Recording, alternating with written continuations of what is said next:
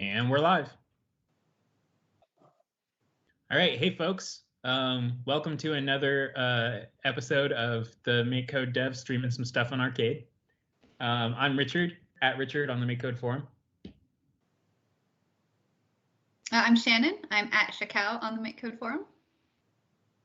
And I'm Daryl. I'm at Darzu on the MakeCode forum. All right, so what are we going to be doing today, guys? So you may have heard, but we are hosting a game jam, which is like a hackathon where you build a game. And there's 1 week until the deadline of that game jam. So we thought we would make a game jam game. Yep. And because it would be a lot of fun watching us come up with game ideas for an hour, Shannon went ahead and made us a nice little game jam game idea generator. But before we get started with that, let's talk a little bit about what the theme of this game jam is and kind of what we're doing. So the theme of this jam is one room. What that means is that the only rules for this game jam are that your game needs to take place entirely in a single room. What that room is can be up to you. We got a lot of examples on the screen right now. And then it also has to use one tile map. So we're going to take that in mind, and we're going to try and build one today, and we'll see how far we get. We might have to go a little light on the art to make things move along.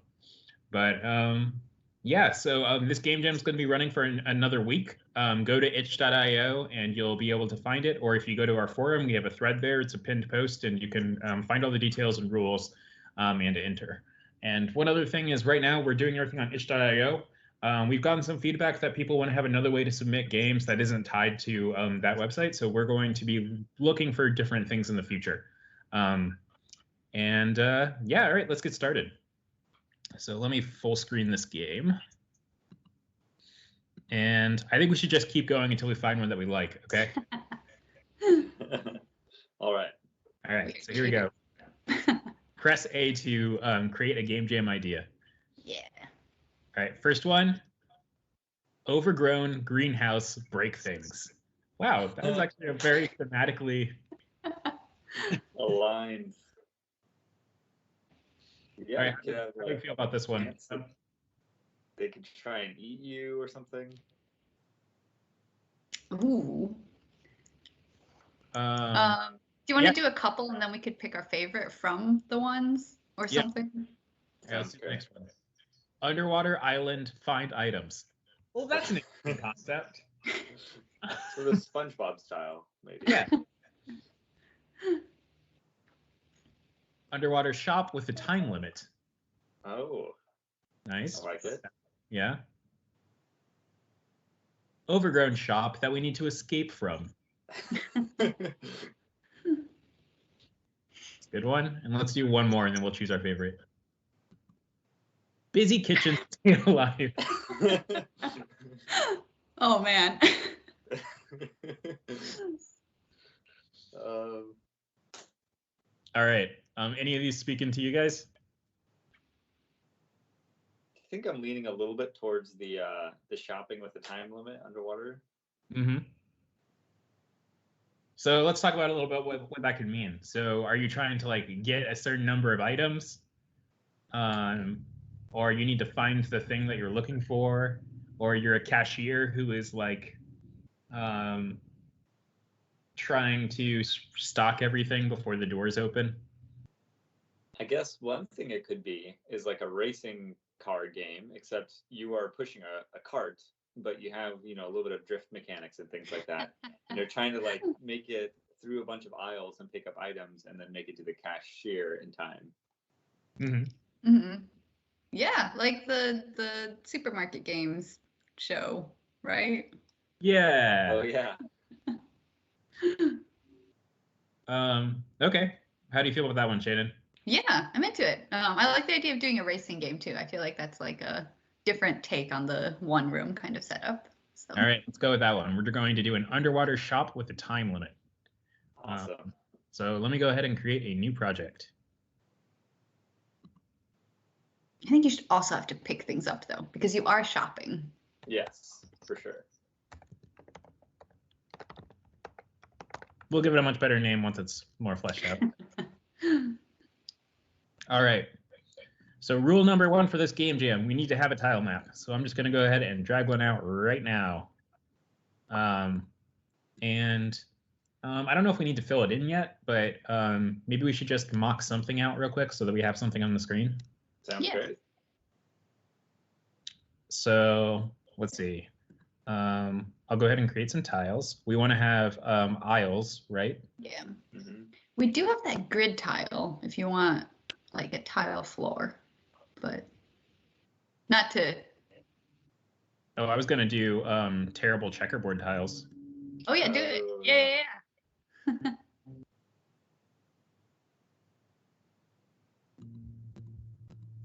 What should the alternate color be?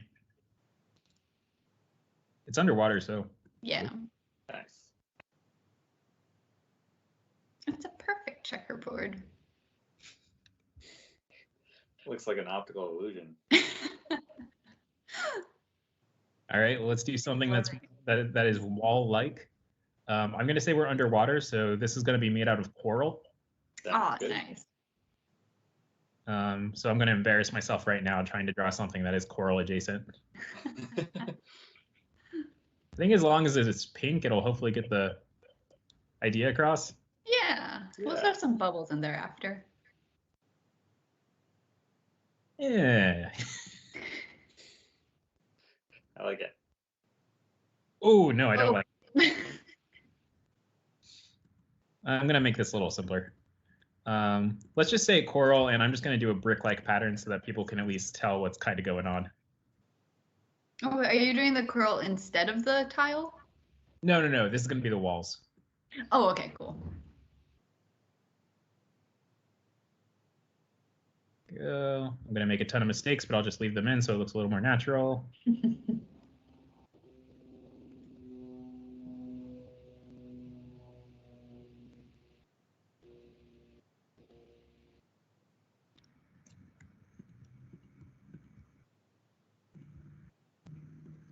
All right.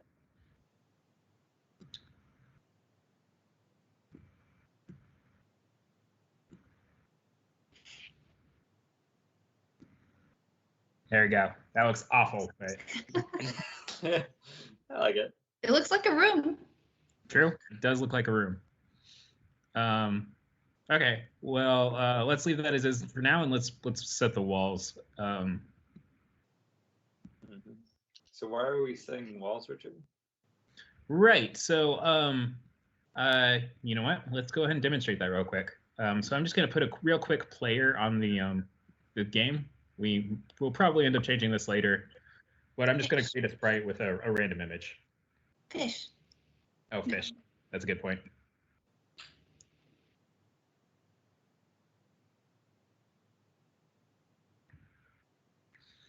And let's go into controller, and we're going to move the sprite with the buttons. So there we go.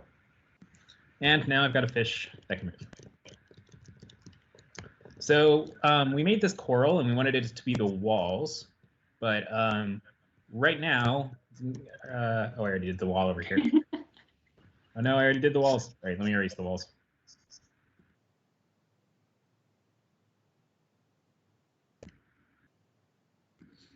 All right, so if we don't draw any walls, we can just go right through the coral, which is no good. We want to stop our player from moving. So let's go ahead in there, and I'll click the wall mode, and I'll use the square tool, actually. And let's just draw a big rectangle of walls. And then the best stores have entrances.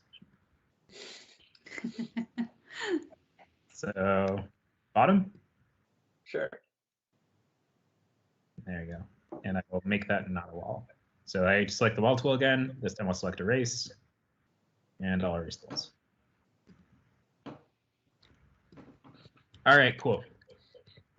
So the second kind of mechanic that we've already decided upon is a time limit. Do we want to add that now?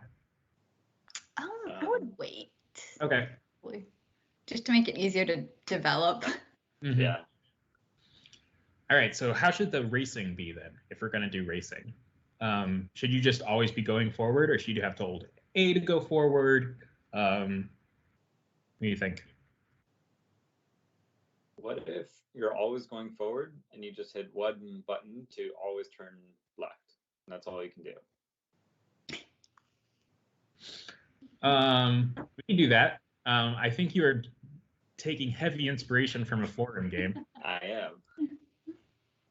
But if the circuit isn't a simple loop, you'll have to do some rather interesting maneuvers to get to where you want. Well, we want aisles, right? So maybe we Right. could do left, right for turning left or right. Yeah. Okay, so we're going to need to store the direction that we're currently heading in. So let's create a variable for that. And we'll just call it direction. And we'll set the first direction to 0. And what we want to do is when you hit left or right, we'll either turn to the left or the right. So let's go ahead and define what our directions mean. And so that we can keep track of it, I'm going to make a comment. So we have 4 directions, right? We'll call them up, down, left, and right. And let's go ahead and give these all numerical values. And this is just so that we can keep track of it in a variable.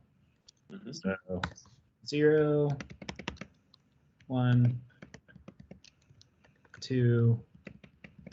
My MacBook is helpfully adding periods for me.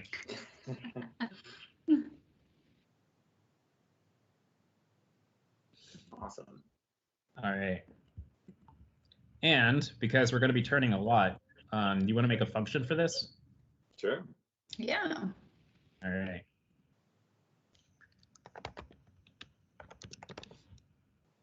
And we will put in a Boolean. Oh, yeah.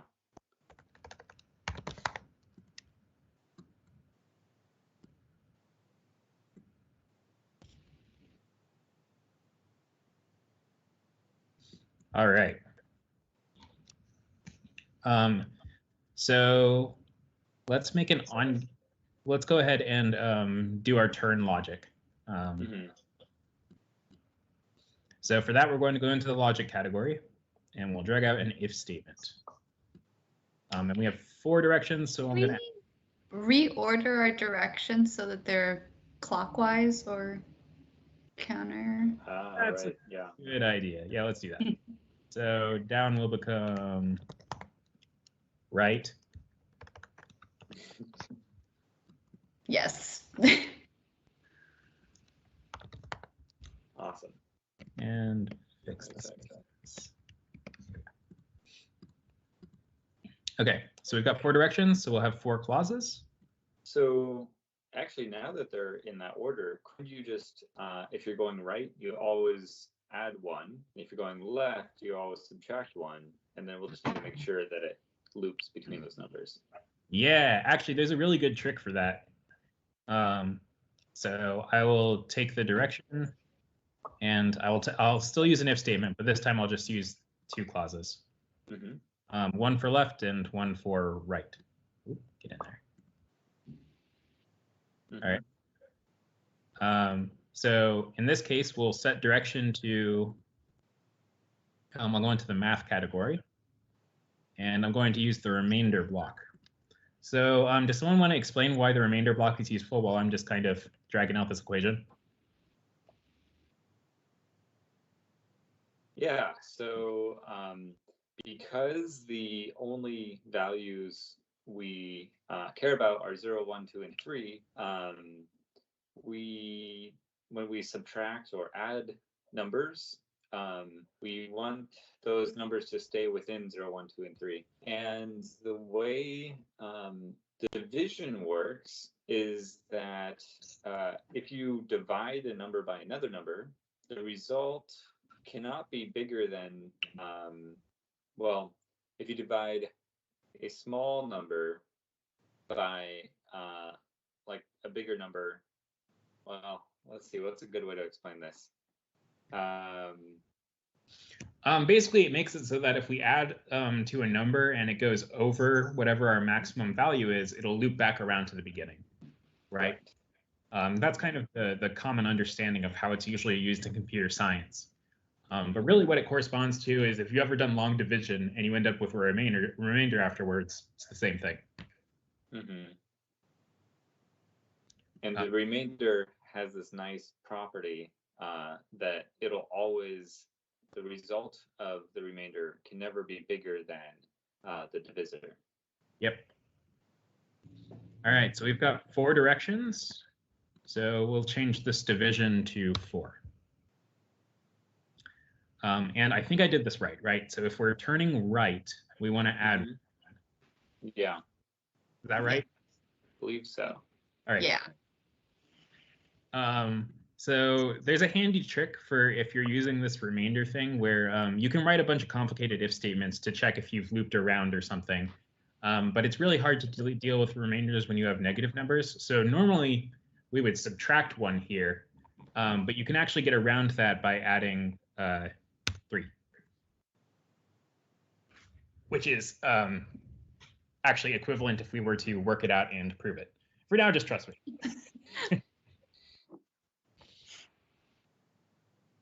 All right. So we've got this logic to turn now. How do we test if it's going to work? Well, I think it's time to start making our sprite move, right? Mm-hmm. Okay. So I'm going to get rid of this move my sprite with buttons because we're just always going to be moving forward. And let's rename this real quick. The player. And for now, the player will stay a fish. So we want to make sure that the player is always heading in the direction that we give it. So one way for us to do that is whenever we turn, we can change the velocity of the player. Does that sound like a good place to do it? Yeah. Well, it's a little bit complicated because you only have 2 branches in your if statement and you have 4 directions. Mm-hmm. You could also do a new if statement in on game update or add more branches inside of the turn function. That's not a bad idea. Let's do it in on game update. So I'll go ahead and make sure we have 4 clauses. And let's go into logic. And we're going to drag out this equals. And we're going to be wanting to check what the value of our direction is. So go ahead and put the direction in here. And let me get my comment, bring it down here so that we can keep everything straight. Okay, I'm going to right click and duplicate this block a few times. And we can go ahead and change the values now. So 0 is up, 1 is right, 2 is down, and the only thing left is 3, which will be left right here. And let's go ahead and change the player velocity based on what we've done, right? So I'm going to drag out the set my sprite velocity block, and I will put 1 into each of the clauses.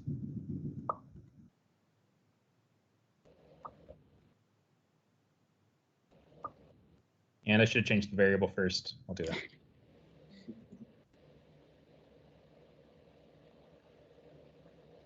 So you'll see a little warning popping up. That's MakeCode telling me that we have a variable that hasn't been used yet. So we don't have a sprite in our project named MySprite. So it's going to give us a warning whenever we try to use that, which is a little helpful tip because it means we have an error in our program. All right, guys.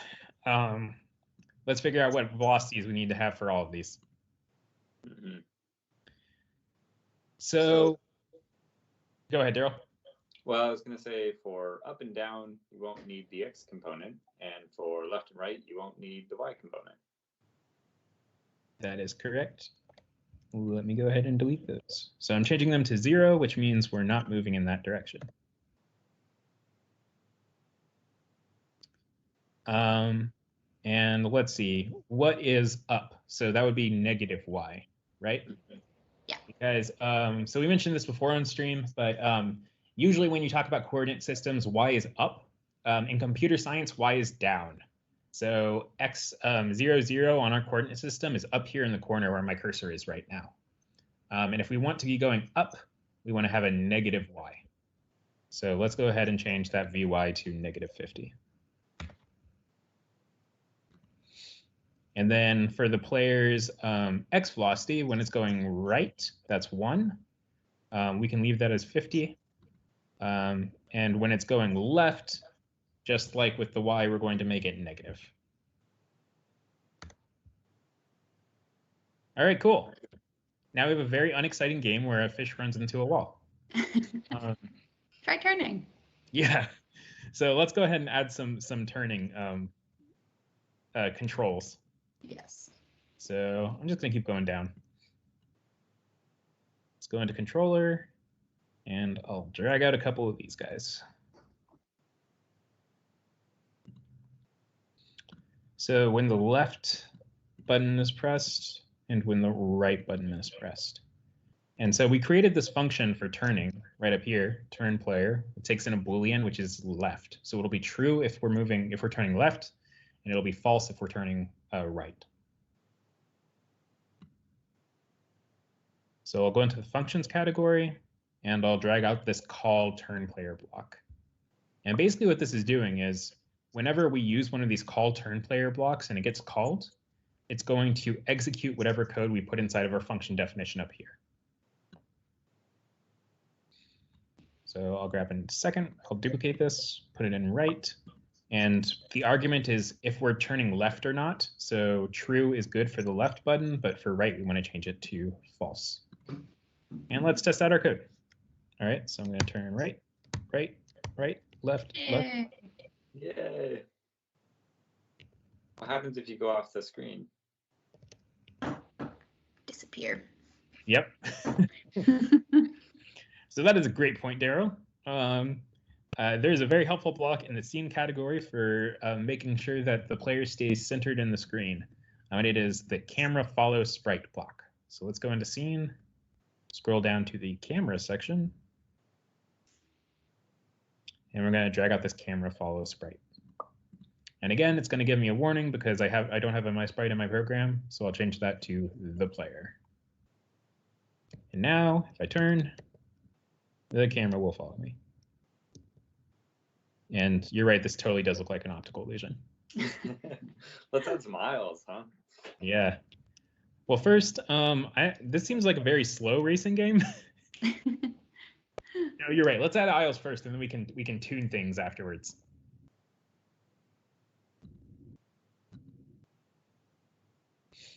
All right, let's draw some aisles. There's no possible way I'm going to make this look recognizable. So make it purple and add some shelves.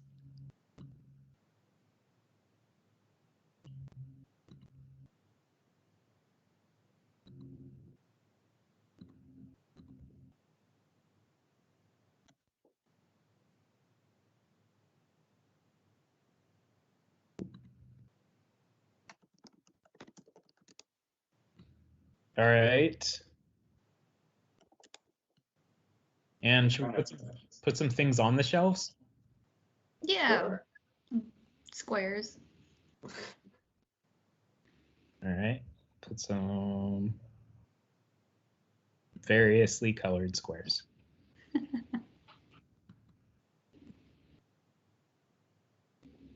like it.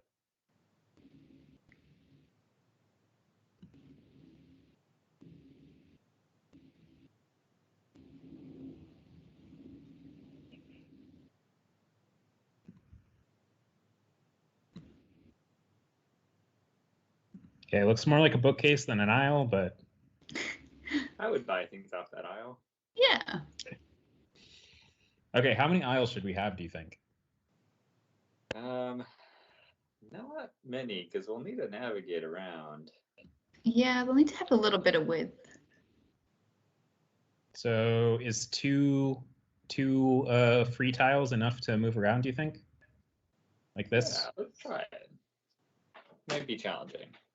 Oh, it works out perfectly math-wise, though. Yeah, that was an accident. Didn't know where I was going when I started this. And once again, we want to mark these as walls so that you can't drive through the aisles. So let's go ahead and go to the wall button, turn that on, and use the line tool, and I'll make these walls. I like that there's no checkout, so we are robbing this store. Yeah, it's one of those stores that like uses AI to tell if you bought me. Right.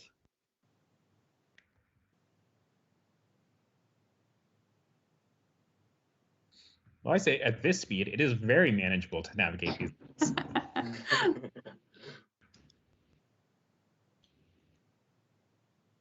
Okay. All right, we've got aisles. We've got a moving fish. What should the objective be? So we want to shop for items, right? Mm-hmm. So what if we just pointed out a random one of these aisle tiles to be the current like thing that we're going to get? Mm-hmm. Yeah. And then once you get a few of them. Well, yeah, and then like once you overlap it, we move it to a different one, and you have to go catch that one. Mm-hmm. We can't overlap walls. Right. But I'm thinking like a little arrow that points up at the. Oh, perfect. Yeah.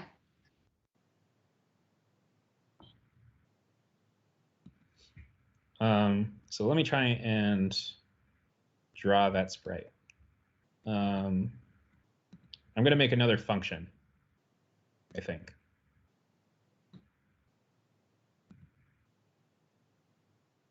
And I'm going to call this function create objective.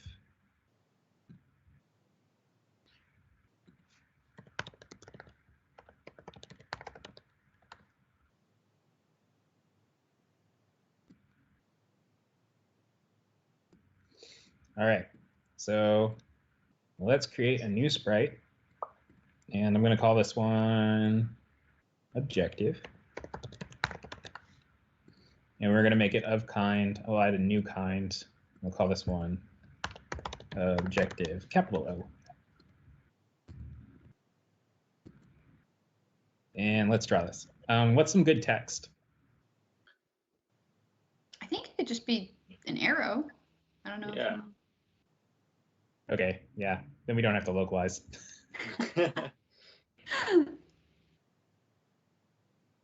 What's localization? So when you make software or pretty much anything that involves text, it's always good to have the mindset that you are going to be used by an international audience. So everyone who's playing your game or using your software or reading your book might not be speaking English. So MakeCode is great about this. We actually translate into a bunch of different languages. You can go to Crowdin to help us translate. But we're going to avoid any text in this game so that we don't have to deal with that. And that if someone is not a native English speaker, they can still play our game.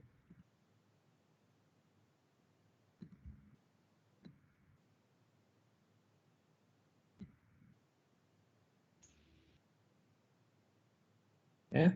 I think you'll probably want it to be a different color. Oh yeah, that's a good call. Oh, actually, what if we made the floor a more subtle color? I feel like the floor is very jarring. Well, the floor could be two colors that are closer to each other. Like it could be. Mm-hmm. All right, so to change that, I'll go ahead and open up our tile map. Click Edit on this tile. And what if it was like that?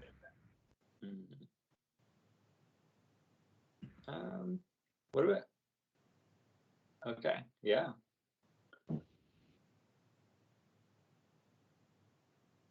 Hmm?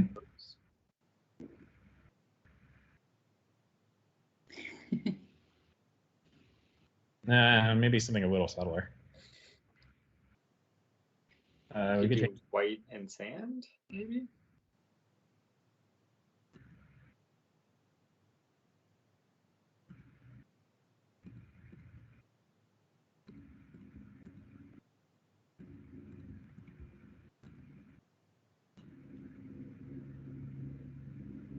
like that. Yeah. All right. And let's go ahead and make this bright green. And I'll make it more arrowy shaped.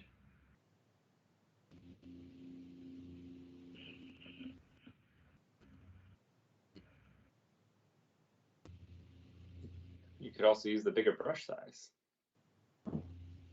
True. I guess you're finished now.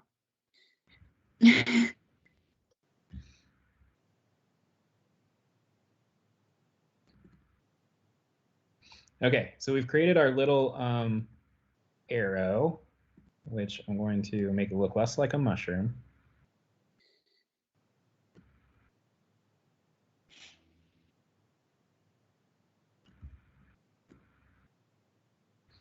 And the idea is that when our player overlaps with this, we will create a new objective at a different tile. So we need to place this at a random shopping tile. So what I'm thinking is we'll put it on top of a random tile and then we'll move it down 16. Sounds great. Yeah. Okay, so we're doing tile map things. So we're going to go into the scene category where all the tile map blocks live. And right here we have the place my sprite on top of random block. Mm-hmm. Again, I'm getting the warning, so I'm going to change this to objective. And we'll change it to a random IO block. And just to test things out, let's call our function. So again, I'm going to go into the functions category, find the call for the create objective function, and I'll go ahead and put it on start. There it is. Yay. You know what? I'm going to make it not a solid color because I find it kind of hard to see the solid color. So maybe put an outline. Yeah. I think he made it a little bit darker too. Like if the outline was dark blue and the inside was teal. All right. Let me draw this, then we can mess around. Yeah.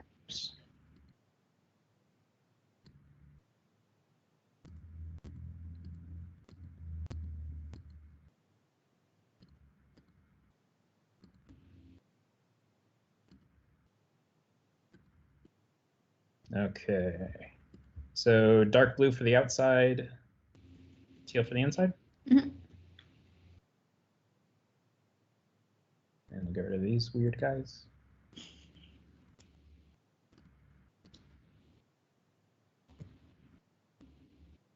Same place. Same random. Yeah, it ended up in the same spot. That's kind of weird. Okay, so right now it's appearing on top of our aisle. We want the player to be able to overlap with it, so we're going to move it down. Mm-hmm. So let's go ahead and go into the sprites category. Oop, not controller, sprites. Grab out a change. We'll change this to objective. And we want to change the Y. So we're going downwards. So that will be a positive X value. I mean, Y value. So we'll change it to 16. Oop, it's not there this time. Hey. There we go.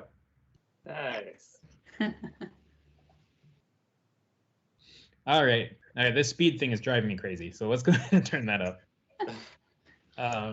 So it's kind of hard to adjust right now because we have it all kind of hard coded in these little ones. How about we make a variable for it? Yeah, that sounds great. So let's make a variable and we'll call it speed. And we'll set it in the onStart. This is fun because we might be able to do some mechanics later where we mess with the speed. Yeah. So right now it's 50. Let's make it 75. Baby steps. The nice thing is once it's in a variable, you only have to change it in one place later instead of in 4 places. Yep. Mm-hmm. All right, so to make the speed negative for these places where we had negative 50, we're going to use a minus block. So negative speed is the same as 0 minus speed. So I'll go ahead and do that. Duplicate this and put it here too. And let's play around with that. All right, that's faster. Yeah. Nice.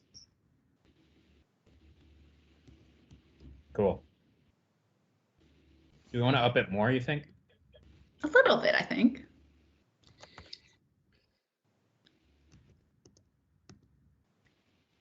I almost wonder if there should be some penalty for running into aisles. So yeah, we could do that. We could make it so that if you hit a wall, maybe we set the speed to be something lower and then it kind of creeps back up. Ooh, yeah. I like that idea. Okay, let's try and do that real quick. So I'm going to make a second variable, and we'll call this one top speed. And I'm going to change this to top speed. And we will start out by setting the speed to top speed.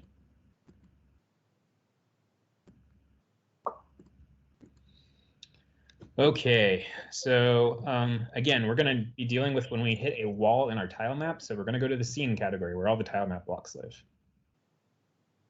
And in here, we have an on sprite of kind player hits wall, which is exactly what we want. So let's go ahead and drag that out. And I'm going to go over here. You know what? I'm going to organize my workspace a little bit. My functions over here, controls over here. And put my overlap over here.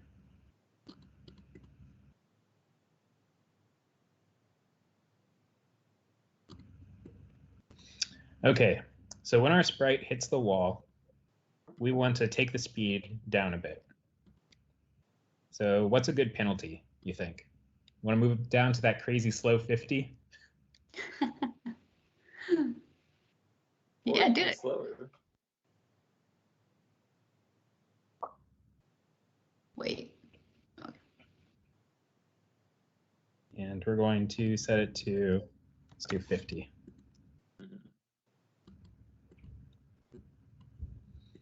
Okay, so yep, I hit a wall and now I'm going at 50. All right. We want it to go back up though. So maybe we should add another on-game update. Yeah. Yeah, maybe an on-game update interval. Oh yeah, that's a good idea. Let's do on-game update every 50 seconds. So we want the speed to kind of creep back up to be at the top speed. So to do that, we'll first add an if statement. And we will compare the speed and the top speed and see which direction we need to go. Or if we need to increase it. We're always going to be increasing. Mm-hmm.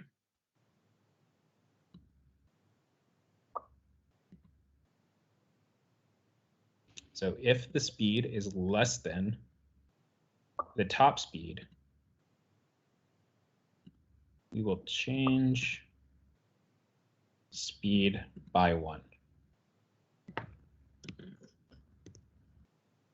don't think that's gonna go very fast.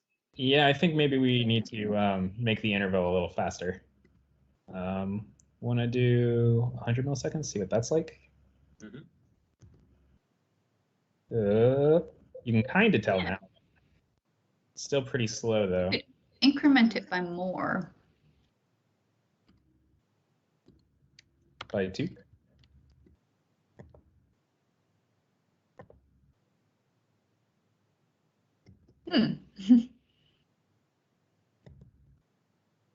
Okay, I think this is good for now, and maybe we can tune it later once we've got the rest of the mechanics Sounds good. Implemented. So, by the way, Shannon, do you want to talk about what a game mechanic is?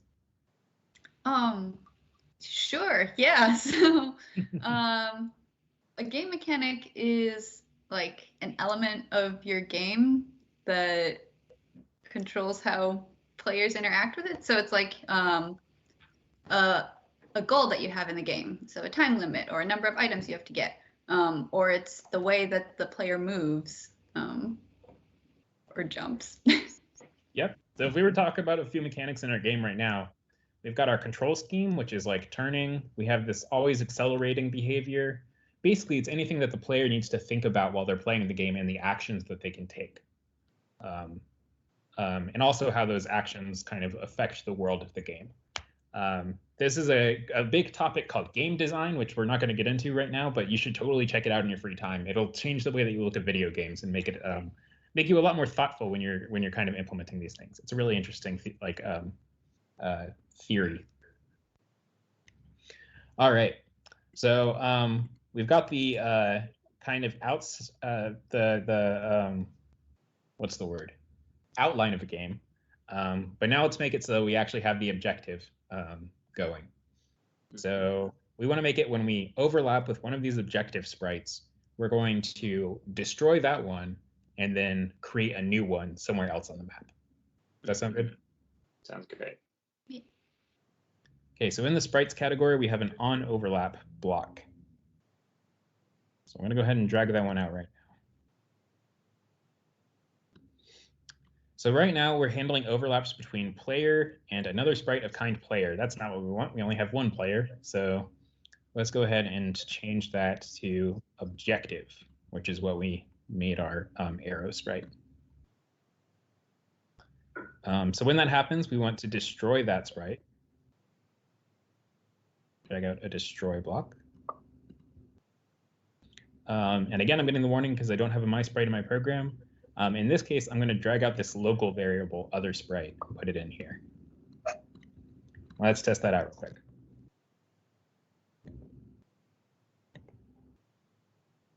All right. Yeah, destroyed it. Didn't create a new one. So let's do that real quick.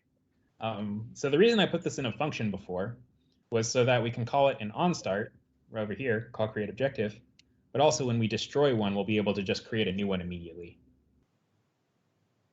So let's grab another call block for this function, put it in here. And now if I hit my, I hit the objective. Hey. Yeah, we got a new one appearing. And right now this is pretty boring. Can I add a sound effect or something? Yeah. Sound would be great. I don't know if this is going to come through on stream. We'll find out together. Music. Ba-ding. Is that good? Sure. It's classic. Okay, you guys tell me if you can hear this. Yeah. We can hear it. I don't know if the stream can. I think if you guys can hear it, the stream can hear it. Okay, perfect. All right, cool. I think we just need a win condition, and then we have a game. Yeah, well, we also need the time limit. Yes. Right. Both of those things.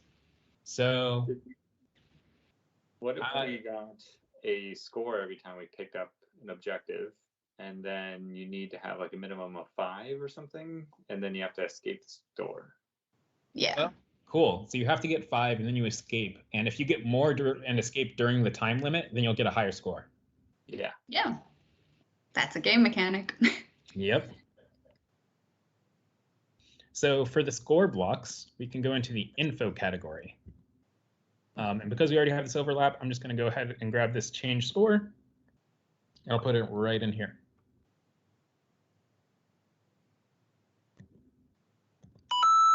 There we go. You can see my score appearing up in the corner.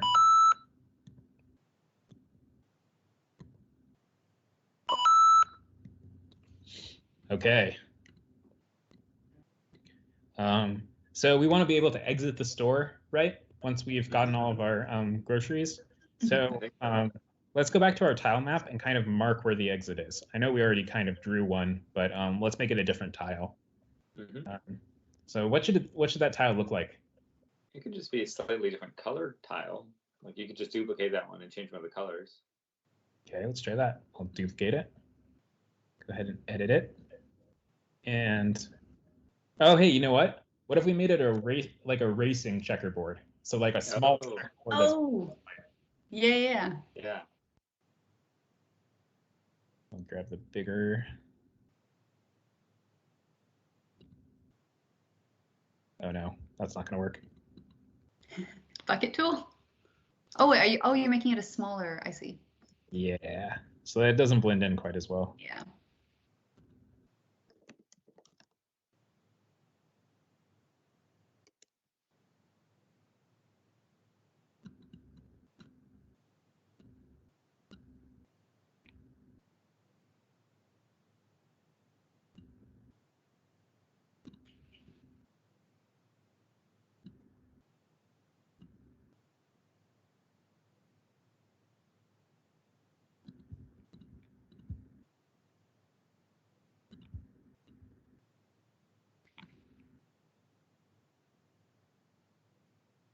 Nice. Awesome. All right. And so we don't want them to be able to leave until they have gotten enough items, right? Mhm. So let's go ahead and make this walls for now. And when they've gotten enough items, we can turn the walls off and maybe show a message saying that they should go, that they can go now. Sounds good. Yeah.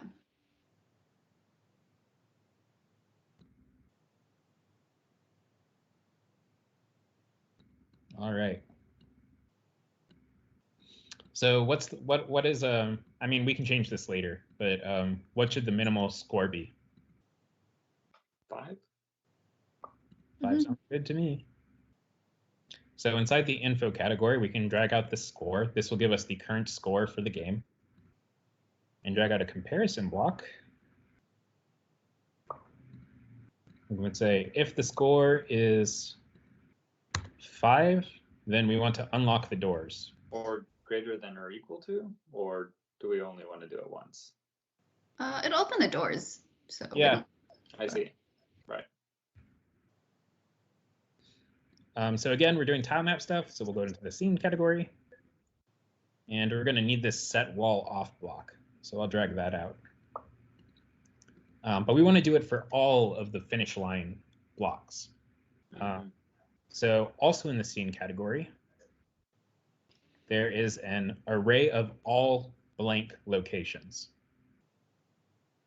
And I'll drag that out. And we want to loop over all of them. So we're also going to go into loops, and we're going to drag out this 4-element value of list. So this is a really useful loop to use whenever you have a list of things and you want to do something for all of them. Drag that, and I'll put it in here. Put my set wall off inside. And then I'll put this as the list argument. And I know this looks very similar to our checkerboard, but this is the transparent. And we're going to select the checkerboard version. Awesome. All right. Is there a plane by one of you guys? Thanks, Shannon. What's happening? Is there a plane outside? Oh, yes. Yeah, that was me. It's done now. All right. So this will set the wall off at tile map column 0, 0. That's not what we want. We want to get the location of the tile. So again, the really nice thing about this for of loop is that this local variable value is going to be set to a value in the list for each item in the list. It'll let us take all of those locations and perform an operation with them. So I'm going to drag out this value, and I'll put it inside of my location argument. And we want the wall to be set off, so that looks good. So let's test it out. So checking, I cannot go through right now. Oop, oop, oop. That's 1. It's 2.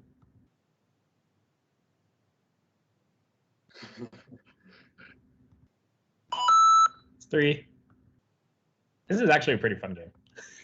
I think we need to make it faster. Yeah, I agree. Increase the top speed. 5. Yeah. All right. Yay! All right, cool. Yeah. So now we go down here, but the game didn't end.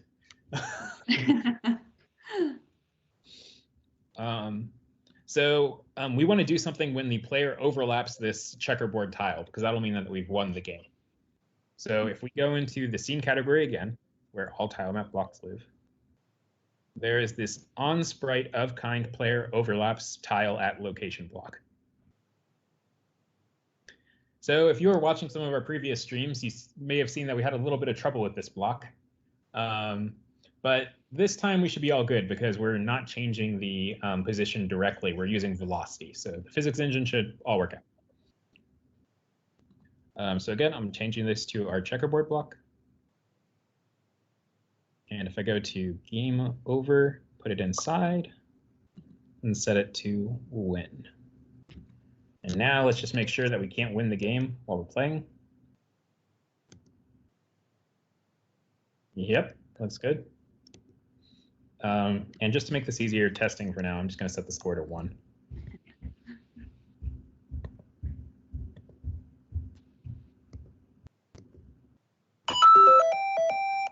Yay! Nice. All right. It does say score 2 though. It's probably fine. Why is that happening though? Delete. Maybe it teleported to the same location. Yeah, I was just thinking that. I think that's what happened. Oh. All right. Yeah. What happened? Yeah. You just got really lucky. Mm-hmm. All right. So we're pretty close. I think the last thing we wanted was to have a countdown. Yeah. So let's go ahead and get that. We have a nice little helper for this in MakeCode. It's in the info category. And we have this start countdown 10 seconds. So I have an idea. Yeah. Maybe before we set the countdown to anything, what if you you set the score needed to win back to 5, and then you just try to beat it as fast as you can, and then maybe let's set the countdown to just slightly faster than that. Oh, but we're going to be tweaking the speeds and stuff too, right? Oh, that's true. We could do that now. We could just do it. So how about we make it so that the countdown doesn't start until you get your first objective? Sounds great. Yeah. So in the info category, I believe there is a block for getting the remaining time. No, there isn't. But we can check the score. So we'll go ahead and put an if block in here. And we'll put this before we change the score. Move this one down. And so I'll duplicate the score equals block and say if the score equals 0, then we want to start our countdown. Sounds great. Okay. Let's test this out real quick, and then we can start tuning everything. All right, looks good. Hey. Okay. Actually, one more thing I want to do real quick, which is, so right now we're spawning in the middle of an aisle. Oh, yeah. Well, let's set the player position.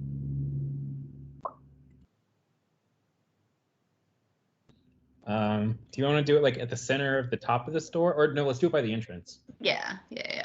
You can use a tile map block for this, or we could just do math. I don't think we can use a tile map block for this.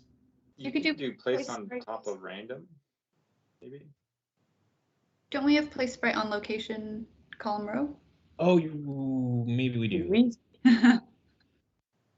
Yes, you are correct. Drag that one out, get rid of this one, and change it to the player. And Richard, how did you take that one block out without taking out the whole stack? oh, I hold down the Option key or the Control key. Control on Windows, Option on Mac. So is this a good starting location where my mouse is right now? Sounds good. Yeah. So if you look at the bottom, oh, sorry, go for it. No, you're right. Go for it. If you look in the bottom left of the screen, there's a little like location that tells you the column and row of the tile map that you're in.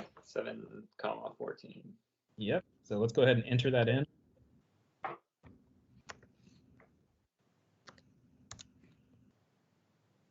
And now we start there. Hey. And you know what? We're already starting. We're starting at top speed. Mm-hmm. Let's maybe start at the penalty speed, so 50. Should we start heading in left or right direction, maybe? Yeah, so let's try that. Let's add 1. Let's do the other one so that it's not swimming backwards.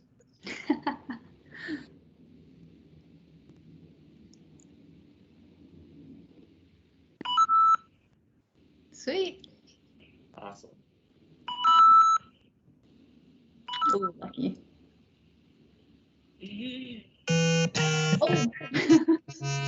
Okay, so I think that's doable in 10 seconds, though, actually. Yeah. Yeah. Do we want to make it a little friendlier? Or raise the top speed. I think it needs to be like zippier. Okay, let's do that.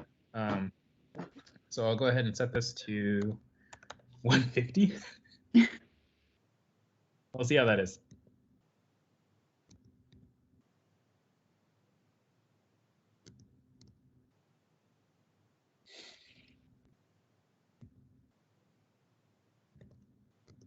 that good? I think I'm.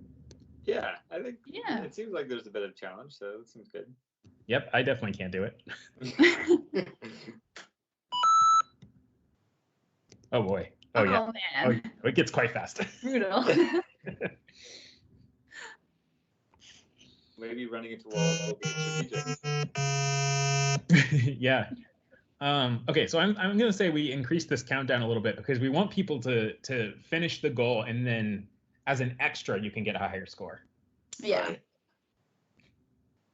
So do you want to maybe double it and see how that feels? Sure. Should we set the if score equal 5? Oh yeah, you're right. Oh, I didn't even realize.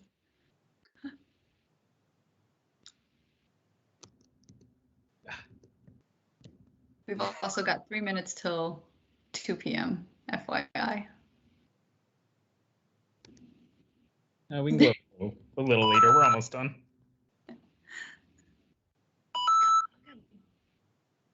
No, no, no. Oh, Go, go, go, go, go, go, go.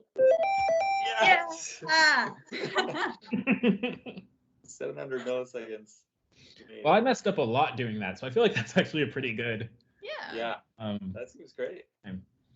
One other thing real quick, though, is it is not obvious right now that once you get 5, you can leave. Yeah. So Or how that about... you need 5. Sorry, what'd you say? Or that you need 5, like. Mm-hmm. So let's do 2 things. One, let's add a say block, which will you can have the player say,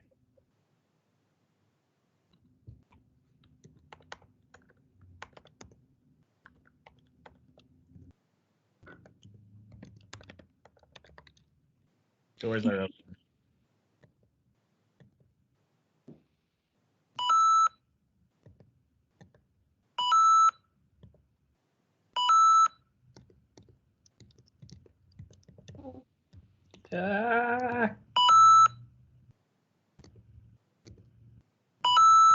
Hey. Nice. And then should we also add some info text at the beginning? Yeah, maybe like to describe the controls and the. Okay, so we'll go into game and drag out show long text. Center. And say,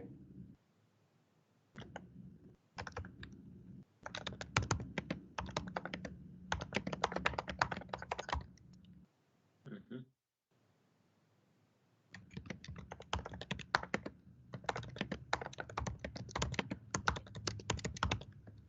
is that how you spell skedaddle? That looks right. I have Maybe no also idea. don't hit the walls? Or is that could be obvious. Yeah, I think you'll figure it out once you start hitting walls. Cool. It looks like you did spell skedaddle right. Really? Yeah. I thought for sure I was doing it wrong. All right.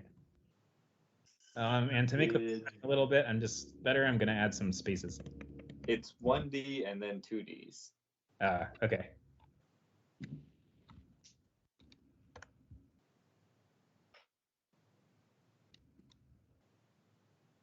Nice.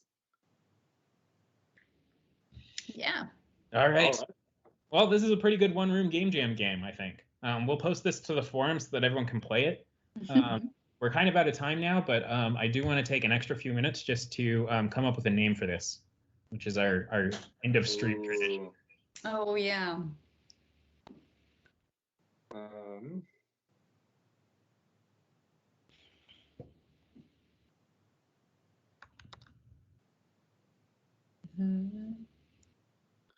Trying to think why someone would want to grab a bunch of things quickly.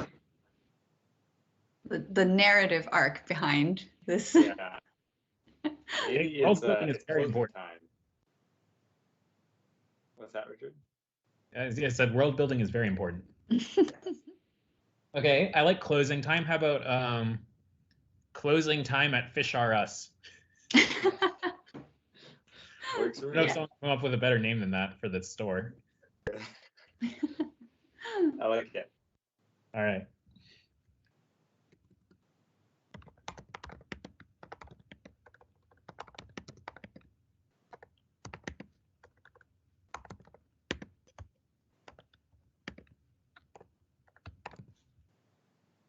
Closing time at Fish RS. And let me go add this to here. Beautiful.